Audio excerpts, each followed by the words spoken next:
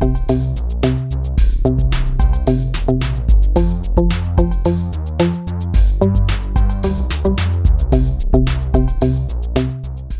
market is not functioning properly. There has been a widespread loss of confidence, and major sectors of America's financial system are at risk of shutting down. It would be more difficult for you to get the loans you need to buy a car or send your children to college. And ultimately, our country could experience a long and painful recession. Fellow citizens, we must not let this happen. The irony here couldn't be greater. A small government, free market conservative using what could be his last primetime speech to plead for two things he's always hated: massive intervention in the economy and a huge new pile of taxpayer debt. I know the human being and fish can coexist peacefully.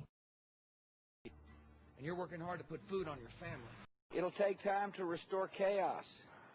I think we ought to raise the age at which juveniles can have a gun. Too many good docs are getting out of business.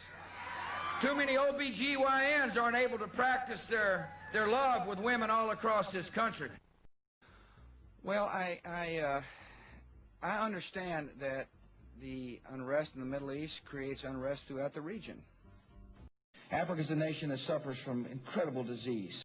I've got an eclectic reading list. For a century and a half now, America and Japan have formed one of the great and enduring alliances of modern times.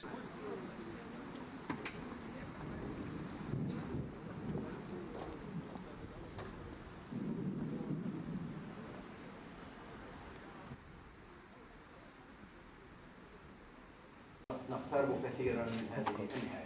شكرا زيرو.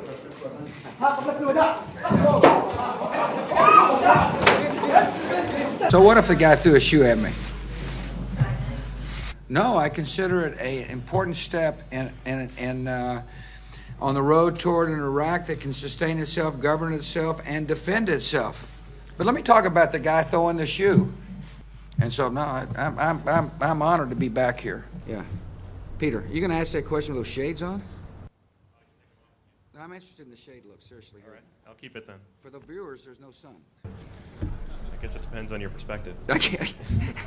Thank you all very much.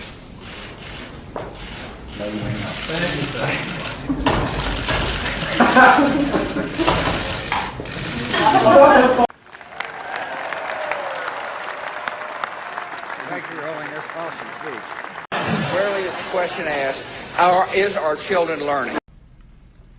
As yesterday's positive report card shows, children do learn.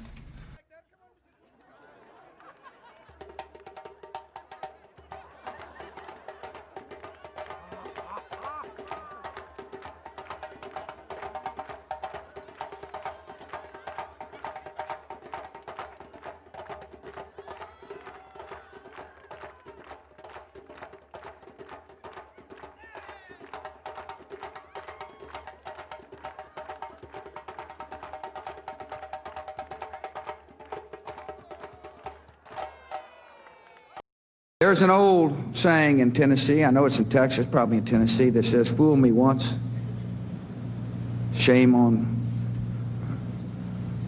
you." If fool me, we can't get fooled again. And I'm distressed to hear about the latest suicide bombers in Israel. For those who yearn for peace in the Middle East, for those in the Arab lands, for those in Europe, for those all around the world who yearn for peace, we must do everything we possibly can to stop the terror. There are a few killers who want to stop the peace process that we have started, and we must not let them. For the sake of humanity, for the sake of the Palestinians who suffer, for the sake of the Israelis who are under attack, we must stop the terror. I call upon all nations to do everything they can to stop these terrorist killers. Thank you. Now watch this drive. All right, we need another. Our new student. Trying to be talked out of the mug. See you at church.